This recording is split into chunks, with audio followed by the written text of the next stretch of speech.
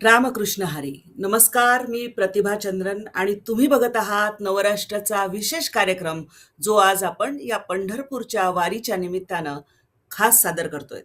आज जे पाहुणे आपल्यासोबत जोडले गेलेले आहेत या संवादासाठी, ते आता जरी अमेरिकेमध्ये असले तरी सुद्धा अनेक वर्ष त्यांनी कळत्या वयापासून वारीशी, ज्ञानोबा माऊलीशी, संत साहित्याशी आणि अनेक विषयांशी त्यांचा थेट संपर्क आहे, संबंध आहे.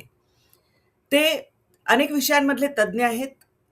जसं की अ, जी संयुक्त राष्ट्रांनी 17 शाश्वत विकासाची उद्दिष्ट 2015 मध्ये ठरवली आणि जी आपल्याला 2030 पर्यंत अचीव्ह करायचे ते एका अर्थाने, त्यासाठीचं मूलभूत काम करणारे जे अनेक लोक आहेत, त्यामध्ये डॉक्टर मंगेश कश्यप हे आहेत. त्यांचा व्यवस्थापनाचा अभ्यास आहे, सर, तुमचं खूप खूप स्वागत. म्हणजे तुमचा बायोडेटा जर आपण सांगत बसलो तर त्यामध्ये खूप वेळ जाणार आहे.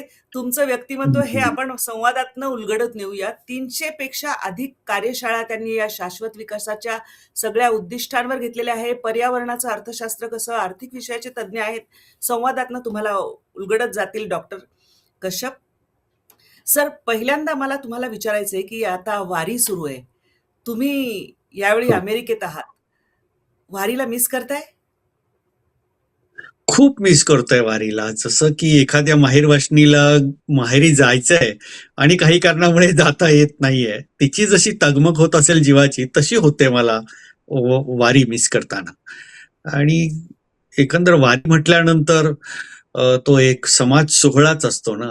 एक आपण एकटे जर चालत गेलो, तर आपल्याला इतकं दूरचं अंतर नाही काढता येत. पण वारीमध्ये सगळे हरिनामाच्या गजराबरोबर जेव्हा आपले वारकरी बांधव चालत असतो आपण, आपल्याला एक विलक्षण अनुभूती येते, विलक्षण अनुभव येतो, की आपण देहभान विसरून जातो आणि ज्ञानेश्वर माऊली पांडुरंगाच्या ओढीने आपण पंढरपूरपर्यंत सहज अंतर कट करतो.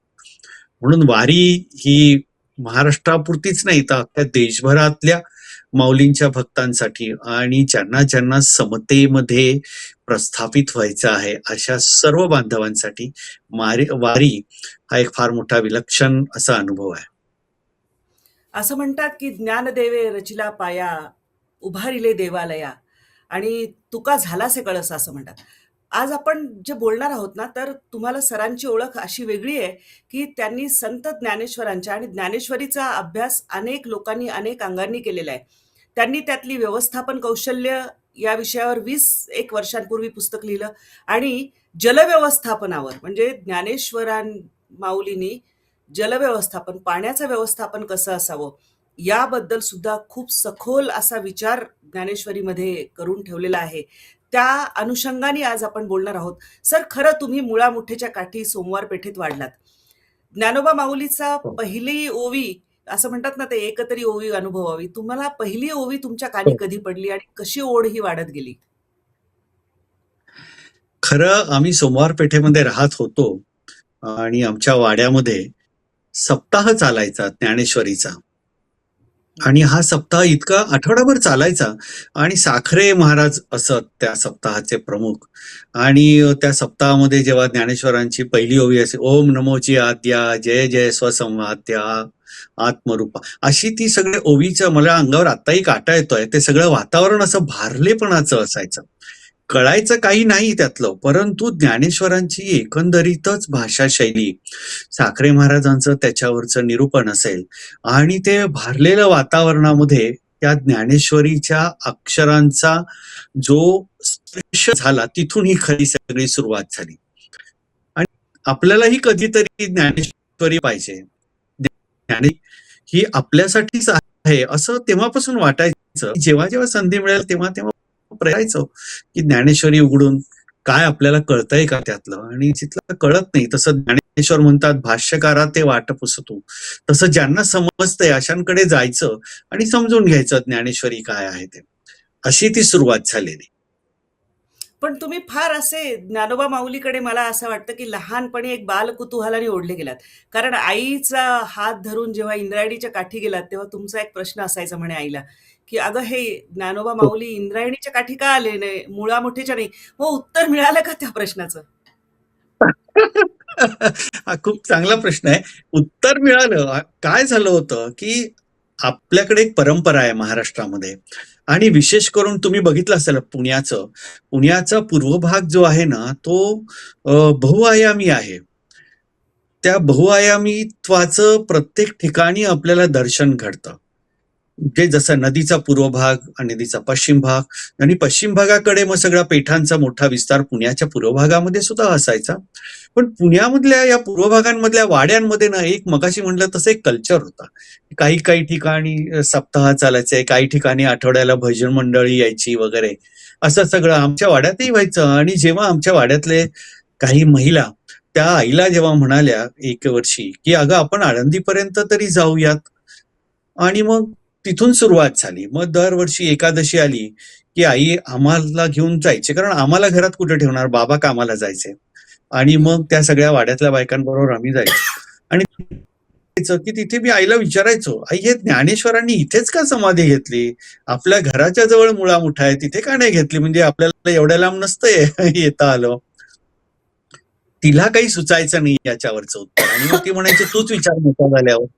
ज्ञानेश्वरांना तुला काय हवं ते विचार." पण मग जसजसं मोठा होत गेलो तसं लक्षात आलं, अरे की आपला प्रश्नच मुळामध्ये जरी त्यावेळेस बाळबोध होता, तरी सुद्धा तेव्हा आता कळतंय की ज्ञानेश्वरांनी इंद्रायणीच्या इथेच का समाधी घेतली काठी.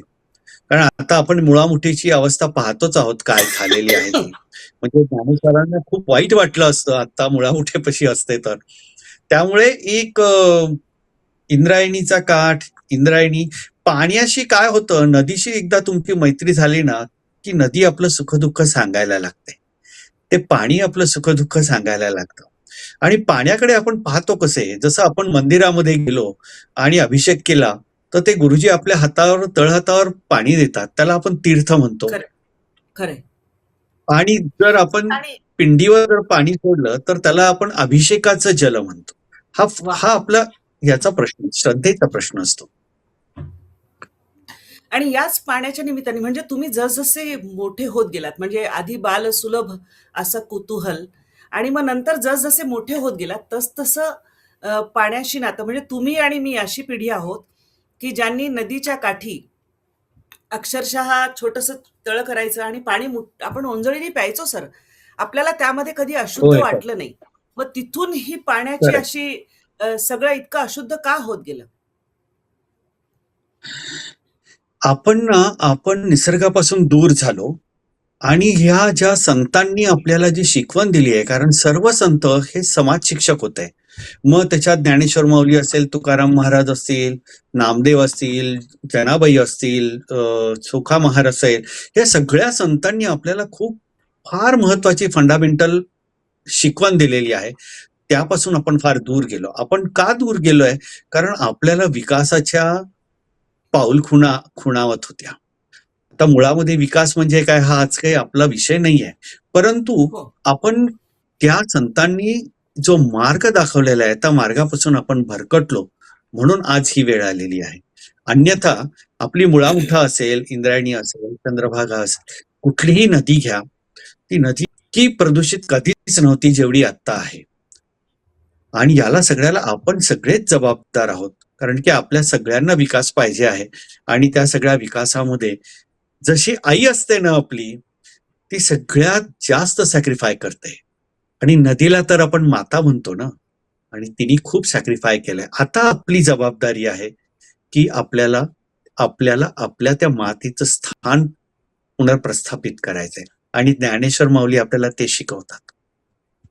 सर मला एक खूप हे वाटतं म्हणजे तुमचा जेव्हा मी तुमचा अभ्यास बघितला आणि त्याच्या संदर्भामध्ये, की तुम्ही या संत साहित्याकडे एक फक्त अध्यात्माचा प्रवास म्हणून नाही बघितलं, तर शाश्वत विकासाचं ते एक मार्गदर्शक आहे या अँगलनी तुम्ही बघितलंत. आणि मग तुम्हाला ज्ञानेश्वरीमध्ये अनेक गोष्टींची उत्तरं सापडत गेली. तर एका छोट्या मुलाचा आईसोबतचा प्रवास, तो एक वैज्ञानिक दृष्टिकोनातून त्या ग्रंथाकडे पाहण्याचा, हा सगळा कसा होत गेला? खरं सांगायचं म्हणजे काय होतं, की आपण सगळंच साहित्य वाचत असतो.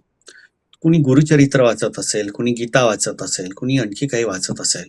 पण त्या वाचण्यामागे एकच पारमार्थिक एक भाव असतो आणि तो काही वाईट आहे अशातला भाग नाही आहे. आपल्या पिढीने म्हणजे आपली पिढी ही अशी पिढी आहे की आपण खूप मागचे पण नाही आहोत आणि जेन झीच्या सारखे स्पीडी पण नाही आहोत किंवा अत्यंत हेवीली असे टेक्नोसॅव्ही पण नाही आहोत. अशी आपली मधली पिढी आहे आणि ही फार मोठी आपल्याला उपलब्धी आहे कारण आपल्यावरची जबाबदारी खूप आहे. कारण मागच्या पिढीचं चांगलं संचित सांभाळून ठेवायचंय, नव्या पिढीचं चांगलं आपल्याला घ्यायचंय आणि जे चुकीचं आहे ते बाजूला करत करत नव्या पिढीसाठी एक शाश्वत मार्ग तयार करायचा आहे. आपण पाण्याच्या बाबतीमध्ये पुढच्या पिढीसाठी जे आहे ना ते आपण ओरबाडून घेतो आहोत आणि हे ओरबाडणं थांबलं पाहिजे. त्यासाठी आपल्याला ज्ञानेश्वर माऊली, तुकाराम महाराज मार्ग दाखवतात. आता ते जो मार्ग दाखवतात आहे ना, त्याच्याकडे आम्हाला फारशी बघण्याची सवय नाही म्हणा किंवा आत्ता फुरसत नाहीये. कारण आम्ही या सगळ्या संतांना एका पारमार्थिक किंवा आध्यात्मिक चौकटीमध्येच बंदिस्त करून ठेवलेलं आहे. त्याच्या पलीकडे नाही. पलीकडे आपण पाहायला हवं ना. पंचमहाभूतांपैकी सगळ्यात महत्वाचं पाणी आहे आणि पाणीच नसेल तर आपलं अस्तित्वच असणार नाही आहे. आणि म्हणून मला सारखं डोक्यात येत होता विचार की नाही या संदर्भात आपल्याला काहीतरी करायला पाहिजे. मला आठवतंय मुळामुठामध्ये गणपती विसर्जनाला जायचो तेव्हा सहज नदीच्या मध्यापर्यंत पोहोच जाता यायचं. मग गणपती तिकडे विसर्जित करायचा, परत यायचं. कधीही अंगाला कुठल्याही त्या पाण्याने स्पर्श झाला, खाज सुटली नाही किंवा पुरळ उठली नाही किंवा काही त्रासही झाला नाही. याचा अर्थ नदीतला भियोडी योग्य होता, तिथे मासे दिसायचे, जलचर असायचे, बायोडायव्हर्सिटी आहे ना आपल्या हे. ते सगळंच छान होतं. नंतर नंतर ते खूप असं बिघडत गेलं की आता त्या मुळामुठ्यामध्ये आपण जातो पण आपला पाय सुद्धा भिजवण्याची इच्छा होत नाही. मग हा सगळा भाग पाहिल्यावर लक्षात आलं की नाही नाही याच्यामध्ये कुठेतरी शाश्वत असा उपाय निश्चित असला पाहिजे. ज्या अर्थी अख्ख्या जगभर शाश्वत विकास उद्दिष्टांचा बोलबाला चाललेला आहे आणि ती खरोखर सुंदर आहे. ती 17च्या 17 उद्दिष्ट इंटरलिंक आहेत एकमेकांशी. म्हणजे ज्ञानेश्वरांनी हा इंटरकनेक्टेडनेस 700-750 वर्षापूर्वी पाहिलेला होता. त्यांनी अनुभवलेला होता आणि तो आता आपण त्याचं एक सायंटिफिक डॉक्युमेंटेशन केलेलं आहे. जसं की आता सस्टेनेबल डेव्हलपमेंट गोलमध्ये पहिला झिरो पॉवर्टी, क्वालिटी एज्युकेशन, तसंच 6वा गोल आहे वॉटर अँड सॅनिटेशन, होय. क्लीन सिटीज आहे, लिव्हेबल्स आहे, क्लायमेट चेंज आहे. हे सगळे तुम्हाला ज्ञानेश्वरीमध्ये पाहायला मिळतात. फक्त तुम्ही त्या नजरेनं पाहायला पाहिजे. तुम्ही ज्ञानेश्वरी म्हणजे मोक्ष मिळण्यासाठी म्हणून घेतली असाल तर तुमचा मोक्ष मिळेल की नाही मला माहिती नाही, पण उद्याला तुम्हाला प्रदूषित पाणी निश्चित प्यावं लागेल जर तुम्ही वेगळ्या अर्थाने ज्ञानेश्वरीकडे पाहिलं नाही तर. हा त्यातला भाग आहे. आणि म्हणून मग बऱ्याचदा आपल्याला असं लक्षात येतं की माऊलींनी इतक्या छोट्या छोट्या गोष्टी सांगितलेल्या आहेत की त्या गोष्टींकडे आम्ही कसं दुर्लक्ष करू आणि ऍट व्हॉट कॉस्ट. अख्खी पिढीच्या पिढी आमची बर्बाद होतीये. वॉटरबॉर्न डिसीज वाढत आहेत. पाण्याचं वितरणामध्ये प्रश्न निर्माण झालेले आहे. आम्हाला कधी तुम्हाला आठवतंय प्रतिभाताई की आपल्या लहानपणी आपण कुठेतरी जाऊन पाणी विकत आणलेलं प्यायचं? कधीच नाही, कधीच नाही. कधीच नाही. म्हणजे आपल्या नदी का पेठही सहानाळावर जायचं, नळ गळके असते तरी आपण खेळायला गेलो तरी त्याचं ओंजळीने पाणी प्यायचो. उंजळीत सहज पाणी. व्हायचं ते. काहीच कुणाला त्रास व्हायचा नाही. आता घरातून बाहेर पडल्यानंतर आपण विकत घेतो पाण्याची वेळ का आली आपल्यावर. मगाशी म्हटलं तसं की आपण मार्ग भरकटलो. आपण संतांनी दाखवलेल्या मार्गावरून चाललो नाही आणि ज्यांच्याकडे आता मला कुणाला दोष द्यायचा नाहीये. कारण की त्या त्या काळामध्ये त्या त्या लोकांनी त्यांच्या त्यांच्या कुवतीनुसार ज्ञानेश्वरी इंटरप्रिट केली असेल. परंतु ही समाजशास्त्राच्या दृष्टीने, पर्यावरण शास्त्राच्या दृष्टीने ज्ञानेश्वरीचा अधिकाधिक सामाजिक उपयोग करून घ्यायला पाहिजे असं माझं व्यक्तिगत मत आहे. तर दर्शकांसाठी सांगते की डॉक्टर कश्यप यांनी या संयुक्त राष्ट्राच्या संदर्भात जे सस्टेनेबल विकासाचे जे 17 उद्दिष्ट आहेत त्याच्या अनेक कार्यशाळा घेतलेल्या आहेत. 300च्या वर कार्यशाळा त्यांनी देशभरात घेतलेल्या आहेत आणि जलव्यवस्थापनावर त्यांचा विशेष अभ्यास आहे. त्यांनी ज्ञानेश्वरीच्या कडे इतक्या वेगवेगळ्या अँगल्सनी म्हणता येईल, इतक्या वेगवेगळ्या दृष्टीने ज्ञानेश्वरी या ग्रंथाकडे बघितलंय की ज्ञानेश्वरीमधली व्यवस्थापनाची तत्व काय आहेत त्याबद्दल त्यांचा अभ्यास आहे.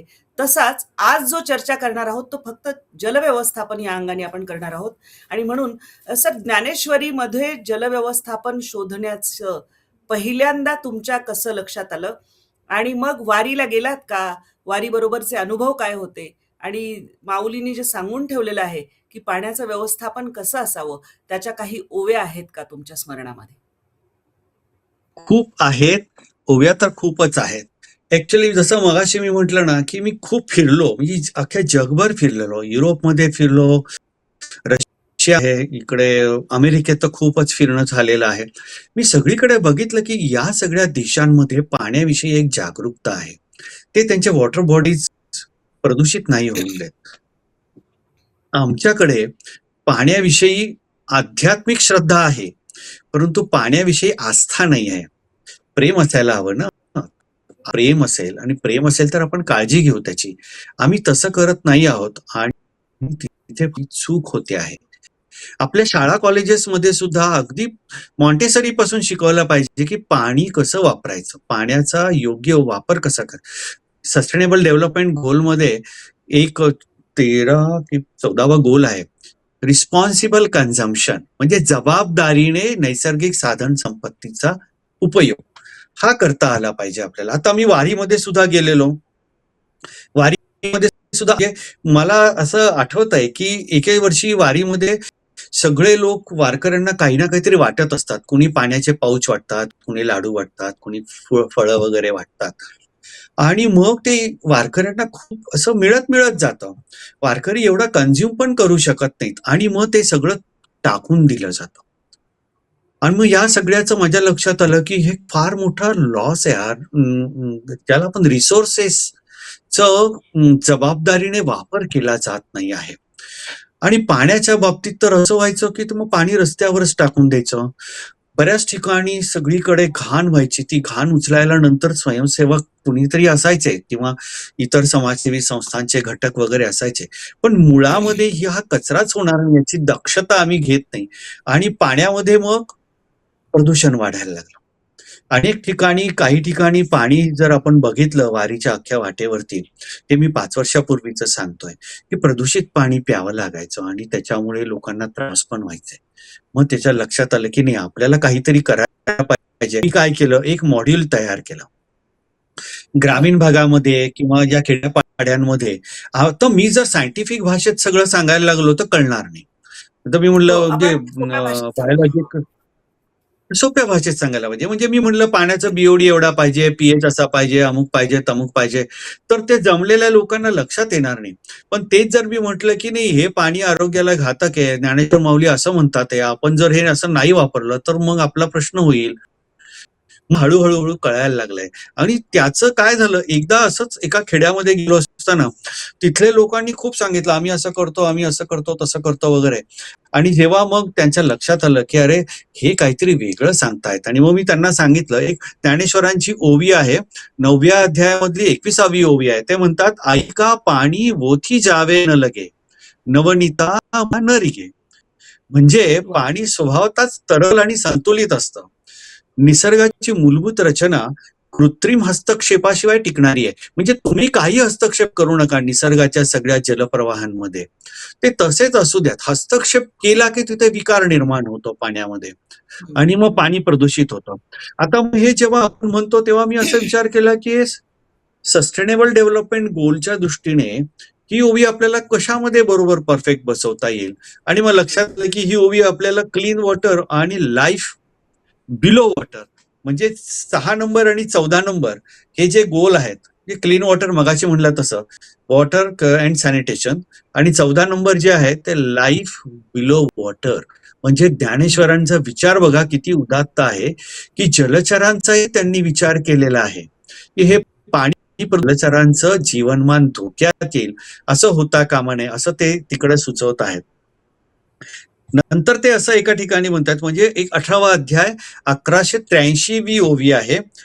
उदकी कल्लोळू कापुरी परिमळू रत्नी उमाळू, उदका एका परते तरंग नाही चिते निरुते. म्हणजे लाटा, प्रवाह, तरंग हे पाण्यापासून वेगळे नाही आहेत.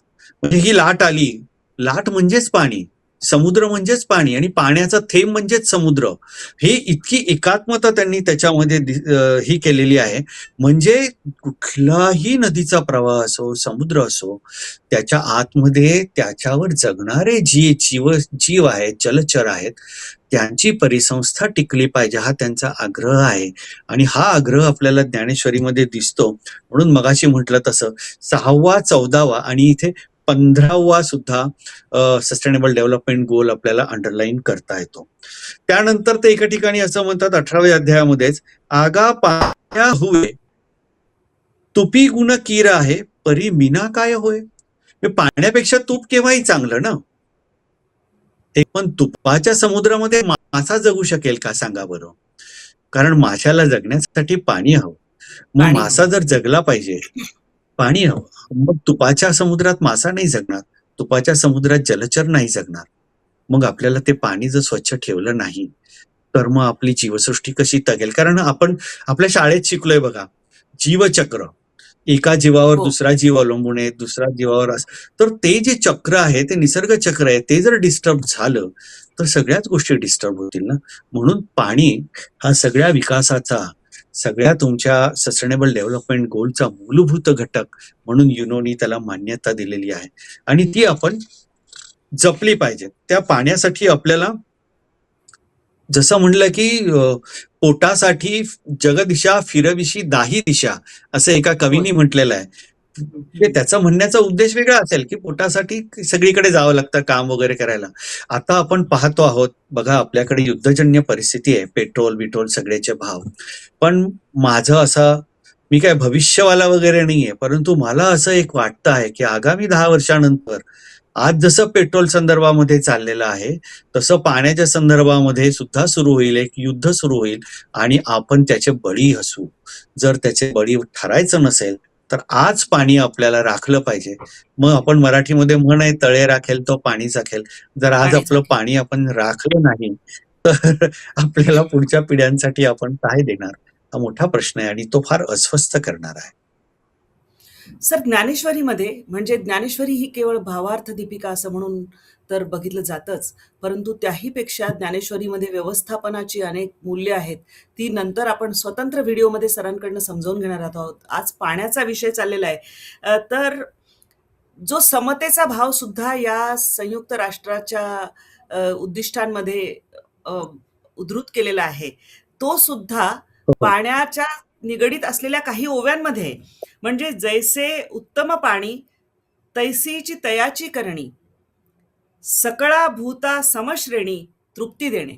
म्हणजे पाण्याचं जसं खरंय. आहे तसंच म्हणजे आत्मा आहे सर. मला म्हणजे या निमित्ताने, मी तुमच्यासारखा ज्ञानेश्वरीचा अभ्यास माझा मुळीच नाहीये. पण ज्ञानेश्वरीची पारायणं कधीतरी ऐकलेली आहेत, सप्ताह कधीतरी ऐकलेला आहे, तेवढाच कानावर आहे. या चिकित्सक वृत्तीने मी ज्ञानेश्वरीकडे पाहिलं नाही.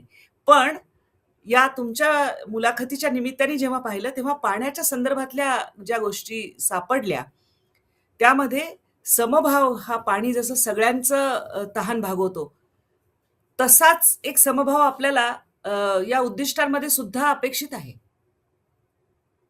हो, खूप अपेक्षित आहे. कारण बघा ना, हे सगळ्या गोष्टी एकमेकांशी कनेक्ट आहेत. जसं की पहिलं उद्दिष्ट काय आहे, झिरो हंगर किंवा नो पॉवर्टी. पण भूक लागते याचा अर्थ अन्न कमी पडतं कुठेतरी जगामध्ये. अन्न कशातून निर्माण होणार आहे, पाण्यातूनच निर्माण होणार आहे. जर भूक जर निवाली तर मग पुढचं आहे मग झिरो पॉवर्टी. पॉवर्टी केव्हा जाईल, जर माझी भूक कंप्लीट असेल, मला अन्न जर पुरेसं मिळत असेल तर मी काम करेन, त्याच्यातून वेल्थ निर्माण होईल, त्यामुळे माझी पॉवर्टी जाईल. मग ती पॉवर्टी जाण्याच्या म्हणून काय महत्वाचा टूल आहे, तर शिक्षण आहे आणि सगळ्यात मोठा शिक्षक आपला निसर्ग आहे. आणि म्हणून ज्ञानेश्वरीमध्ये ज्ञानदेवांनी जलतत्व हा जीवनाचा मूलाधार आहे हे अनेक ठिकाणी सांगितलेलं आहे. आणि त्या सगळ्या ओव्या ह्या पाणी आणि आपली शाश्वत विकास उद्दिष्टांवर आहेत. त्यानंतर निसर्गाची एकात्मता आणि परिसंस्था म्हणजे बायोडायव्हर्सिटी ज्याला आपण म्हणू, त्याच्यावर त्यांनी भाष्य केलेलं आहे. त्यानंतर आता तुम्ही उदाहरण दिलं की पाण्याचा समान गुणधर्म आहे. त्याचा समान गुणधर्म आहे की प्रत्येकाची तहान भागवणं. पाणी असा भेदाभेद करत नाहीये की हा मोठा आहे, हा गरीब आहे, हा श्रीमंत आहे वगैरे असं. तर असाच स्वभाव धर्म जो आहे पाण्याचा, त्या स्वभाव धर्माबद्दल बोललेले आहेत. नैसर्गिक संतुलनाबद्दल बोललेले आहेत. मानवी हस्तक्षेप आणि त्याचे पर्यावरणीय परिणाम याविषयी सुद्धा ज्ञानेश्वर माऊलींनी भाष्य केलेलं आहे. ते 17व्या अध्यायामध्ये 280, 10व्या अध्यायामध्ये 66वी ओवी आहे, आणि 16व्या अध्यायामध्ये सुद्धा आहे. त्यानंतर ज्ञानेश्वरांनी एक इकॉलॉजिकल फ्रेमवर्क डिझाईन करून दिलं. इकॉलॉजिकल बर फ्रेमवर्क. मग त्याच्यामध्ये काय आहे, तर फाउंडेशन आहे. पाण्याला त्यांनी फाउंडेशन धरलेलं आहे. त्यानंतर एकात्मता म्हणजे इंटरकनेक्टेडनेस. मी अमेरिकेत असो, युरोपमध्ये असा किंवा कुठेही असा, पाणी सगळीकडे सारखं. म्हणजे त्याचं शास्त्रीय सूत्र काय आहे, H2O. मग अमेरिकेत H2O नाहीये का, भारतात H2O नाहीये का, युरोपमध्ये H2O नाही, तर सेम आहे, H2O हा सगळीकडे आहे. पाण्यावर जगणारे जे काही सगळे आपण जे जीवन आहे आपलं, हे सगळीकडे पाण्यावरच जगतो आपण. हे सगळं कॉमन फॅक्टर आहे. म्हणून त्याला त्यांनी काय म्हटलेलं आहे, इंटरकनेक्टेडनेस आहे. सर्व तत्व परस्परावलंबी आहेत. म्हणजे आपलं जगणं पाण्यावर आहे. आपलं पाणी मिळतं निसर्गातून, निसर्गाला पाऊस, पावसाचं पाणी, त्याच्यातून परत निसर्गाची समृद्धता, त्याच्यातून शेती, शेतीतून अन्नधान्य, अन्नधान्यातून आपलं जीवन, असं ते सायकल आहे. आणि म्हणून त्यांनी काय म्हटलेलं आहे की एकात्मता, इंटरकनेक्टेडनेस, परस्पर एकमेकांवर अवलंबून असलेलं. त्यानंतर त्यांनी लिमिट्स पण सांगितले. त्यांनी निसर्गावर नियंत्रणाची मर्यादा. आपण बेसुमार निसर्ग ओरबाडत जातो आहोत. मग त्याचे दुष्परिणाम आपल्याला आता दिसतात आहे. बघा, एल निनोचा इफेक्ट काय झाला आपल्या सगळ्या महाराष्ट्रामध्ये किंवा देशामध्ये. जरा ओढ दिली पावसाने तर सगळा प्रॉब्लेम होऊन बसलेला. तर हे असं होऊ नये याच्यावर सुद्धा ज्ञानेश्वरांनी भाष्य केलेलं आहे. आणि ही नैसर्गिक साधन संपत्ती आहे, पाणी, त्याचं संगोपन, संवर्धन, संयोजन, मध्ये एक सुसूत्रता त्यांनी आपल्याला दर्शवलेली आहे. आणि म्हणून हा जो संवाद केलेला आहे ज्ञानेश्वरांची, म्हणजे नुसतं हे आध्यात्मिक प्रतीक नाहीये पाणी म्हणजे, तर हे आपल्या जीवनाचा मूलभूत घटक आहे, ज्याला फाउंडेशन म्हणू. ते फाउंडेशनच, त्याच्यावरच ज्ञानेश्वरांनी जास्त भर दिलेला आपल्याला दिसून येतो. अगदी बरोबर आहे. तर ज्ञानेश्वरांच्या ज्ञानेश्वरीमध्ये काही ओव्या आहेत, त्या अगदी जीवनाचं मूल तत्व सांगणाऱ्या, मूलाधार सांगणाऱ्या आहेत. आपल्या सगळ्याच संतांची एक मोठं वैशिष्ट्य असं आहे की त्यांनी समाज जीवन, निसर्ग चक्र या सगळ्याचा खूप जवळून अभ्यास केला आणि त्या संदर्भातला त्याची शिकवण जी आहे ती पुढच्या पिढीला देऊन ठेवली. आणि वारकरी संप्रदायाचा जो आत्मा आहे तो संतांचा आत्मा आहे आणि समतेचा आत्मा आहे. आणि आजही महाराष्ट्राची जी संस्कृती टिकून आहे, जे अध्यात्म टिकून आहे, त्याला ही आपली संतांची शिकवण जी आहे ती कारणीभूत आहे. सर, परिवर्तनशील म्हणजे वारकरी संप्रदाय हा सुद्धा परिवर्तनशील आहे. तुम्ही वारी जात असताना काय काय व्हायचं पूर्वी, हे पण आपण गेल्या काही वर्षामध्ये वारीचं बदलतं स्वरूप या सुद्धा जर अनुषंगाने विचार केला तर निर्मल वारी ही संकल्पना सुरू झाली. आणि त्यामध्ये खास करून स्वच्छतागृह सगळीकडे वापरावीत वारकऱ्यांनी. आणि त्यामध्ये लोकांचा सहभाग होता, काही संघटनांचा, संस्थांचा सहभाग होता. सरकारने त्यामध्ये हात पुढे केला आणि निर्मल वारी झाली. आणि आता बऱ्यापैकी ती जी समस्या होती ती दूर झालेली आहे.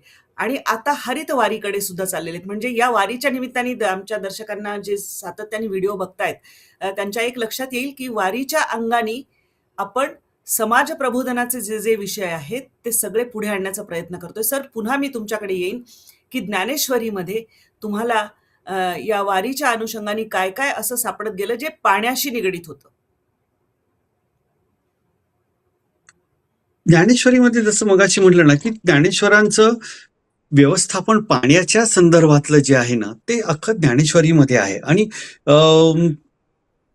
तुम्ही आता आपलं सस्टेनेबल डेव्हलपमेंट गोल मधला एक मोठा आहे की स्मार्ट सिटीज, लिव्हेबल सिटीज. त्याच्यामध्ये बघा, ज्ञानेश्वर नगरेची रचावी, जळाशये वाढवावी, महावने लावावी नानाविध. वा. आता हा तुमच्या लक्षात येईल की ही एकच ओवी आहे. ही जर या ओवीचा जर सखोल अभ्यास केला आपण जेव्हा स्मार्ट सिटी डेव्हलप करतो, त्यावेळेस जे कोणी असतील तिथल्या लोकांनी, तर त्यांच्या हे लक्षात येईल की ह्याच्यामध्ये खूप काही असं माऊलींनी सांगून ठेवलेलं आहे. आपल्याला फक्त इम्प्लिमेंट करायचं आहे. नगरेची रचावी. नगर म्हणजे शहरच ना. रचावी. जेव्हा ते रचावी असा शब्द वापरतात, याचा अर्थ रचणे म्हणजे काही नवनिर्माण करायचं असेल, त्याला नियोजनबद्ध आहे. एस्थेटिक करायचं. नियोजनबद्ध आहे, रचना आहे त्याच्यामध्ये. अस्ताव्यस्त नाही. आज आपण पुण्याच्या बाबतीत म्हणू शकतो की पुण्याला खूप अलीकडे पलीकडे सगळीकडे सूज आली आहे खूप. नुसते मोठे मोठे उंच उंच टॉवर, पण पुण्याची तुमच्या माझ्या लहानपणी जी काही एक सौंदर्य होतं, एक जी पुण्याची काय म्हणूयात आपण त्याला नजाकत होती, आता नाही आपल्याला पाहायला मिळत. म्हणजे आपण आजही सोमवार पेठेत गेलो होतो, तिथले वाडे आता बहुतेक नाही आहेत. तिथे मोठ्या टोलेजंग इमारती आहेत आणि आपलं बालपण तिथे हरवलेलं आपण शोधायचा प्रयत्न करतो. याचा अर्थ असा नाही की आपल्याला विकास नकोय, पण तो विकास कुठल्या किमतीवर आपण करतो आहोत. ज्ञानेश्वर आपल्याला तिथे निर्देश करतात की नगरेची रचावी. रचावी म्हणजे तिथे आर्किटेक्ट आलं. आर्किटेक्ट आलं म्हणजे शिस्त आली, तिथे एस्थेटिक आलं. आता जगभर फिरताना माझ्या लक्षात येतं की स्मार्ट शहरं किती सुंदर असावीत. इथलं एक एक शहर बघितलं की असं वाटतं की अरे किती प्लॅनिंग केलेलं आहे या लोकांनी. असं प्लॅनिंग आमच्याकडे का नाही होऊ शकत? ठीक आहे, आमची लोकसंख्या खूप आहे, आमचं बजेट कमी असेल, पण जे काही आहे त्याच्यात आम्हाला खूप काही करता येऊ शकतं. आणि म्हणून तिथे हा ज्ञानेश्वरीची रचावी. जलाशय वाढवावी असं ते म्हणतायत. पूर्वी आपलं महाराष्ट्रामध्ये खूप जलाशय होती, विहिरी होत्या, डोह होते, हौद होते. अजूनही त्याच्या पाऊलखुणा आपल्याला पाहायला मिळतात. जसं की बदामी हौद, घराच्या इथला एक हौद. ही सगळी काही जलाची तीर्थक्षेत्रच म्हणू आपण. ही सगळी व्यवस्था होती आपल्याकडे. याचा अर्थ आपल्याला त्या व्यवस्था पुनर्प्रस्थापित करता येतील असं नाही, कारण आपण फार पुढे निघून आलेलो आहोत. पण ज्ञानेश्वरांचा दृष्टिकोन काय आहे? ठीक आहे, हे गेलं ना, तर तुम्ही जलाशय वाढवा, तुम्ही आर्टिफिशियल लेक्स वाढवा. शेततळी जसं आपण करतो तशी शहरांमध्ये तळी वाढली पाहिजेत. आपलं सारसबागेचं तळं आपण म्हणायचो, त्याच्यामध्ये बोटिंग पण व्हायचं. मला आठवतंय की मी त्या बोटीमध्ये फिरलेलो आहे सारसबागेतल्या तळ्यातल्या. तिथे फुलराणी होती पूर्वी, ती पण तुम्हाला आठवत असेल कदाचित. होय तर होय, फुलराणी ह्या होती. सगळ्या गोष्टी फुलराणी असायची. आणि मग ज्ञानेश्वर म्हणतात की जलाशय वाढवावी. आता तुम्हाला उदाहरण सांगतो. हे वॉशिंग्टन स्टेट जे आहे अमेरिकेतलं, याच्यामध्ये नैसर्गिक साथी आहेच आहे, परंतु समुद्र वगैरे सगळं आहे, पण हे सगळं स्टेट हे स्टेट ऑफ लेक असं म्हटलं जातं याला. इतके लेक्स आहेत तिकडे आणि या लेक वरती उत्पादनाची सुविधा आहे. हे सगळे लेक स्वच्छ आहेत, तिथं फिशरीज आहेत, तिथल्या स्थानिक लोकांना रोजगार मिळतो आणि तो रोजगार त्यांना पुरेसा मिळतो. आपल्याकडच्या नद्यांमध्ये असं होऊ शकेल का? किंवा आपल्याकडे अशी तळी डेव्हलप होतील का? म्हणून ते म्हणतात की स्मार्ट सिटीसाठी हे पाहिजे. आणि त्याच्या पुढे जाऊन ते काय म्हणतात, ते महावने लावावीत. म्हणजे डेन्स फॉरेस्ट तुम्ही डेव्हलप करायला पाहिजे. आणि फॉरेस्ट सुद्धा कसं पाहिजे? आपल्याकडे पूर्वी बघा, आपल्याकडे मोठी मोठी झाडं असायची, पिंपळ, चिंच, वडासारखी अशी मोठीच्या मोठी झाडं की ज्यांची वॉटर होल्डिंग कॅपॅसिटी जास्त असायची मुळांची. ते जमिनीमध्ये पाणी धरून ठेवायचे. आता अशी मोठी झाडं आपल्याला पाहायला मिळत नाहीत. जी आहेत ती फार तुरळक आहेत. त्यांचं म्हणणं ज्ञानेश्वरांचा सांगावा असं आहे की ही तुम्ही जंगल लावलं पाहिजे, ही महावनं लावली पाहिजेत, की जी वनं आज आपल्याला क्लायमेट चेंजचा जो प्रश्न निर्माण झालेला आहे, हा जो आपण म्हणतो उष्णतेची लाट आली, आता युरोपमध्ये सुद्धा फार मोठं हीट वेव्ह वगैरे आलेली आहे. तर ही वनं का लावावीत? तर ही कार्बन स्टोअर करून ठेवतात आणि हवेमध्ये शुद्धता देतात, गारवा देतात, टेम्परेचर कंट्रोल करतात. म्हणजे बघा बरं, हा विचार त्यांना काही कुणी असा पर्टिक्युलर करायला सांगितला होता का? मग आपल्यासाठी त्यांनी गाईडलाईन दिली आहे ना. म्हणून ते म्हणतात की वेगळ्या वेगळ्या प्रकारची जंगलं लावा, फॉरेस्ट लावा, मोठी मोठी झाडं लावा. नगरं रचायची असेल तर ती व्यवस्थित रचा आणि तिथे पाणी पाहिजे. म्हणजे ही कुशाग्र नगरं, ज्याला स्मार्ट सिटी म्हणतो, अशा स्मार्ट सिटीज उभ्या राहतील, जी भविष्यामध्ये शाश्वत जीवनशैली आपल्याला प्रदान करू शकते. सर, खूप छान सांगताय तुम्ही. म्हणजे ज्ञानेश्वरीच्या अंगाने एक ज्ञानाधिष्ठित समाज तयार करणं. कारण असं म्हणतात ना, ज्ञान पंढरीचे आम्ही वारकरी. जर आम्ही ज्ञान पंढरीचे जर वारकरी झालो, तर सगळ्याच गोष्टींकडे आम्ही एक डोळसपणाने पाहणं शिकू. आणि त्यातून जे आहे ते निसर्गात चक्र कसं समतोल राहील, हा जो वारकरी समाजाचा जो आत्मा आहे, की समता आहे, बंधुता आहे, भेदाभेद नाही, त्यामध्ये निसर्ग पूजन हा एक आयाम जोडणं फार आवश्यक आहे. त्यासाठी काही प्रयत्न जे सुरू झालेले आहेत, जसं मी म्हणाले निर्मल वारीचे प्रयत्न सुरू झाले, तसे आता हरितवारीचे. आणि हरितवारी संदर्भातला आमचा व्हिडिओ मी मुद्दाम तुम्हाला टाकणार आहे, कारण आता गाथावनं अशी एक सुरुवात संकल्पना हो, झालेली आहे आणि हो, हो, हो. त्यानिमित्ताने गाथावनांचा देहूला ते मला वाटतं मोरे मोरे मोरे होय, देहूचे आहे होय. ना, त्यांनी मोरे सरांनी सुरू होय, होय. केलाय गाथावन. शिवाजीरावजी मोरे आहेत आणि त्यांची पण मुलाखत हो, आपण घेतलेली आहे. शिवाजीराव मोरे. नवराष्ट्राचा आमचा हा प्रयास होता यावेळी, की वारी जी आहे ती ही वेगळ्या अँगलनी सुद्धा बघायची. म्हणजे त्यातला विठ्ठलाच्या प्रतीची भाबडी भक्ती, एक भोळा भक्तिभाव हा आणि माऊलीसारखं विठ्ठू माऊलीकडे बघणं हा भाग आहेच आहे. पण एक पुढच्या हो. पिढीला आपण जर काही देऊ करत असू, त्यांचं आपण देणं लागत असू, तर थोडं ज्ञानाधिष्ठित या सगळ्या परंपरेकडे वारकरी संप्रदायाने वळणं अजून जास्त गरजेचं आहे. म्हणून डॉक्टर कश्यप यांना यांच्याशी जो संवाद साधतो आहोत आपण आज, तो त्याच कडीतला एक पुढचा भाग आहे, की त्यांनी ज्ञानेश्वरीचा अभ्यास इतक्या विविध अंगांनी केलाय. सर, हे पुस्तक लिहिताना तुम्हाला आणखी काय ठळक वैशिष्ट्य जाणवली, जी आतून एक मला जाणवली आणि मग सांगू का? वारीशी कनेक्ट? हो. आतून लावली सगळ्यात महत्वाचं म्हणजे ज्ञानेश्वर अख्ख्या ज्ञानेश्वरीमध्ये त्यांनी फक्त निसर्गावर नाही बोललेले आहेत, ते आपल्या हम्म. इंटररिलेशनशिपवर सुद्धा बोललेले आहेत. ते हम्म. आपल्या मनाच्या उन्नयनासाठी तर बोललेले आहेतच. आणि सगळ्यात महत्वाचं म्हणजे ज्ञानेश्वरांची जी वैचारिक प्रक्रिया जी आहे ना, ती फार उदात्त आहे, उन्नत आहे. ते लॅटरल थिंकिंग करतात. म्हणजे एकाच गोष्टीचा वेगळ्या वेगळ्या अंगाने ते विचार करतायत. जसं आपण पाणी हा विषय घेतला, तर पाण्याचे जे गुणधर्म आहेत ते कुठे कुठे आहेत आणि माणसाने त्याच्याशी कसं कनेक्ट झालेलं आहे, ही सगळी सृष्टी, आपलं जीवन हे पाण्याशी इतक्या वेगळ्या वेगळ्या पद्धतीने आपण विचार करतो, की जशी एक प्रश्न असेल तर त्या प्रश्नाचा वेगळ्या वेगळ्या अंगाने विचार केला तर सोल्युशन आपल्याला सापडू शकतं. तशा दृष्टीने ज्ञानेश्वरांचा लॅटरल थिंकिंग हा जो सायन्सचा एक फार मोठा टर्मिनॉलॉजी आहे सायन्सची, त्याप्रमाणे त्यांनी विचार केलेला आहे. त्यांनी डिझाईन थिंकिंग केलेलं आहे. म्हणजे एक त्यांच्या डोळ्यासमोर मला तरी असं लिहिताना एक पर्टिक्युलर आराखडा असावा, की याच्यामध्ये काय काय आहे.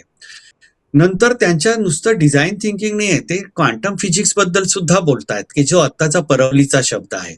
म्हणजे मगाशी म्हणलं तसं इंटरकनेक्टेडनेस. अनुरेणिया थोकडा तुका आकाशा एवढा आहे, तुकाराम आकाशा म्हणू एवढा. शकले. This is also one kind of quantum फिजिक्सच म्हणावं लागेल. हे जे आहे ना, क्वांटम एन्टँगलमेंट ज्ञानेश्वरीमध्ये आहे. म्हणजे हे तुम्ही पुस्तकाचं विचारलत म्हणून सांगतो.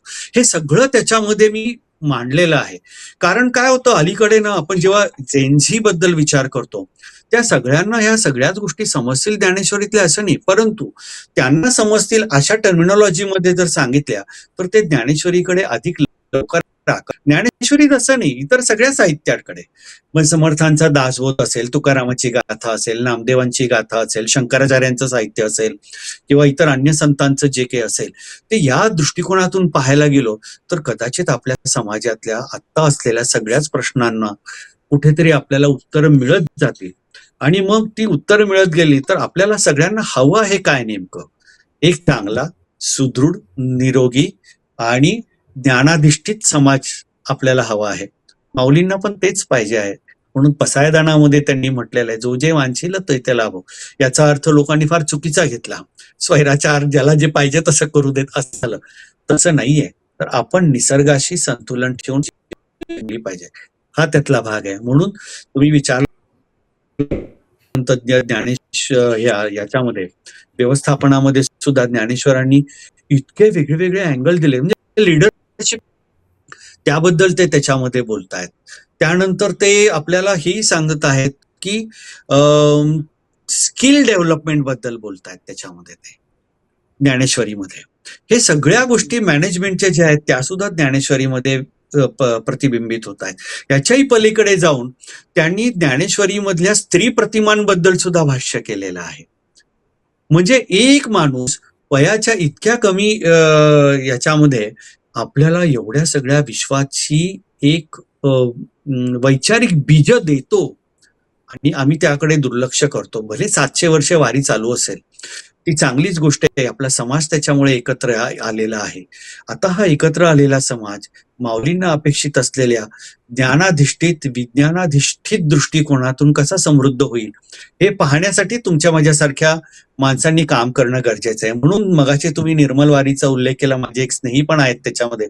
मी त्यांनाही म्हटलं, की अशा किमान एक 200-500 निर्मल वारी तयार व्हायला पाहिजेत, की ज्याच्यामुळे हा एक वारी हा एक आनंद सोहळाच होईल. म्हणजे आनंद सोहळा तो आता आहेच आहे, नाही अशातला भाग नाहीये.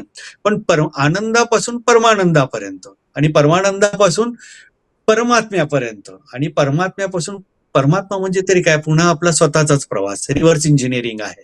तिथपर्यंत आपल्याला पोहोचता येऊ शकतं. अशा एका दृष्टिकोनातून या पुस्तकात मांडण्याचा विचार केलेला आहे. मिहाना पब्लिकेशनच्या वतीने ते पब्लिश होईल येत्या काही दिवसांमध्ये. असं म्हणजे तुम्ही विचारलं म्हणून मी एवढंच सांगितलेलं. होय, होय. नाही, अर्थातच. सर, या पुस्तकाची प्रस्तावना वाचूनच मला इतक्या गोष्टी म्हणजे उलगडत गेल्या आणि मग मला आठवलं, की मी ज्ञानेश्वरीचा अभ्यास करणाऱ्या अनेक लोकांच्या संपर्कात आले. मी स्वतः सखोल अभ्यास केला नसला तरी सुद्धा. त्यामध्ये माझे मामींचे वडील प्रभाकरराव घाटे यांनी ज्ञानेश्वरीतल्या विनोदी ओव्या असा एक अभ्यास केलेला आहे. आणि म्हणजे इतक्या वेगवेगळ्या गोष्टी या ज्ञानेश्वरी आणि मग वाटतं, की माऊलींनी 21व्या वर्षी जर संजीवन समाधी घेतली असेल, तर त्या बालवयामध्ये सगळ्या विश्वाचं हे गूढ त्यांनी कसं ते शोधलं, कसा त्याचा अभ्यास केला आणि तो कसा लिहून ठेवला. खरंच थक्क व्हायला होतं. ही जी आमची श्रृंखला कारण आज त्यांची बोला सर. ज्ञानेश्वरांची प्रतिभा याच्याविषयी तर आपण फार भाष्य करू शकत नाही. परंतु ज्ञानेश्वरीमध्ये सगळे नवरस आहेत जीवनाचे. ज्ञानेश्वराचे भाषा सौंदर्य, ज्ञानेश्वरीतील कवित्व, ज्ञानेश्वरीतील दृष्टांत, रूपक या सगळ्याकडे पाहिलं की लक्षात येतं की खरोखर इतका म्हणजे इतका स्वतंत्र असं असलेला ग्रंथ जरी गीतेवर आधारित असला तरी सुद्धा ज्ञानेश्वरींनी अख्ख्या महाराष्ट्रावर, अख्ख्या देशावर एक गारुड केलेला आहे. आणि ही ज्ञानेश्वरी आज तुम्हाला आश्चर्य वाटेल, जगात अनेक भाषांमध्ये पोहोचलेली आहे. आमचं महाराष्ट्राचं दुर्दैव असं आहे की आम्ही महाराष्ट्र म्हणून अशा सर्व संतांच्या साहित्याचं वेगळ्या वेगळ्या भाषांमध्ये करून लोकांपर्यंत पोहोचवलं नाही अजून. तिथे फार मोठी गॅप आहे. म्हणजे कबीर बघा, कबीर असेल किंवा रहीम असेल किंवा पुरंदरदास असतील, दादू असेल, रवदास असतील, या सगळ्यांचे साहित्य कुठे ना कुठेतरी इंग्रजीमध्ये गेले, परंतु महाराष्ट्र संतांचं साहित्य अजून त्याच्यामध्ये गेलेलं नाही आहे. आणि म्हणून संतांचं मोठेपण असं आहे की त्यांना काही गरज नाहीये त्यांना कोणी मोठं म्हणावं म्हणून, पण आपल्याला त्यांची गरज आहे, कारण त्यांनी आपल्यासाठी काहीतरी ठेवलेलं आहे. आणि आम्ही इतके नतद्रष्ट आहोत की आम्ही तिकडे बघतच नाही आहोत. इतका विकास आम्ही करतो. कधी कधी मला असं वाटतं बरं का प्रतिभाताई, की आम्ही सगळे विकासग्रस्त आणि पछाडलेलो आहोत. आणि खरंय. इतका विकास खरंच आम्हाला हवा आहे का? म्हणजे आम्ही जनता म्हणून आम्ही विकासत्रस्त झालेलो आहोत आणि बाकीचे विकासग्रस्त आहेत. इथे कुठेतरी सुवर्णमध्य काढायला पाहिजे आणि तो सुवर्णमध्य आपल्याला ज्ञानेश्वर माऊली दाखवतात. म्हणून आपल्याला पुन्हा पुन्हा ज्ञानेश्वर माऊलींकडेच जायला पाहिजे. संतांच्या मार्गाने गेलो तरच आपल्याला शाश्वताची काहीतरी खात्री देता येईल. अन्यथा सगळंच एकंदरीत केओस होऊन जाईल. मिसमॅनेजमेंट झालं तर आपल्याला ना पाणी मिळणार आहे. मगाशी मी म्हटलं तसं आता युद्ध चालू आहे, ते पाण्यावरून चालू होईल आणि मग पाण्याची एक मोठी मोनोपॉली तयार होऊन जाईल. आपल्या भारतामध्ये ईशान्येकडील जी राज्य आहेत तिथे खरोखर अमृतासारखं चव असलेल्या पाण्याची तळी आहेत. त्याच्यावर खूप जगाचा डोळा आहे. आणखी तुम्हाला माहिती नसेल तर सांगतो, हे जे काही परदेशी लोक आहेत ते आपल्याकडे काही ना काही वेगळ्या निमित्ताने येतात आणि आपले जलसाठे कुठे कुठे आहेत ते पाहून जातात. मग ते सिनेमा करण्याच्या निमित्ताने येतात, व्हिजिटर्स म्हणून येतात आणि भविष्यामध्ये त्यांचं हे निश्चित प्लॅनिंग असणार आहे की भारतामध्ये एवढं पाणी आहे. आणखी एक सगळ्यात महत्वाची गोष्ट मला इथे जाणवलेली, आपण आता जे एआय म्हणतो संदर्भात सुद्धा माऊलींनी भाष्य केलेलं आहे. बर. तुम्हाला ते मध्ये आपल्याला फार काही विस्तारितपणे बोलता येणार नाही, परंतु हे आर्टिफिशियल इंटेलिजन्स बद्दल सुद्धा माऊली बोललेले आहेत. आणि आता एआय ची जी डाटा सेंटर्स आहे की डाटा सेंटर रन करण्यासाठी प्रचंड प्रमाणात पाणी लागणार आहे आणि म्हणून हे सगळे विकसित देश भारताकडे बघतायत की आपली डाटा सेंटर इथे ठेवायची. आपण त्यांच्याकडे या दृष्टीने पाहतोय की आपल्याकडे इन्व्हेस्टमेंट येईल, पण ती प्रचंड धोकादायक गोष्ट आहे. कारण की डाटा सेंटरला लागणारं पाणी हे आपल्या रोजच्या जीवनातलं पाणी तिकडे जाणार आहे. आज आपण पाणी टंचाई अनुभवतो. पुण्याला दिवसाआड पाणी मिळतं आहे. नंतर जर ही सगळी डाटा सेंटर्स खरंच जर ऍक्टिव्हेट झाली, आठवड्यातून एकदा मिळेल, आणखी काही काळाने 15 दिवसातून एकदा, नंतर महिन्यातून एकदा, ही वेळ येऊ द्यायची नसेल तर आपल्याला पुन्हा पुन्हा वॉटर गव्हर्नन्स कडे जावं लागेल. वॉटर गव्हर्नन्स आणि वॉटर इकॉनॉमिक्स, कारण आपल्याला पाण्याची किंमत कळत नाही.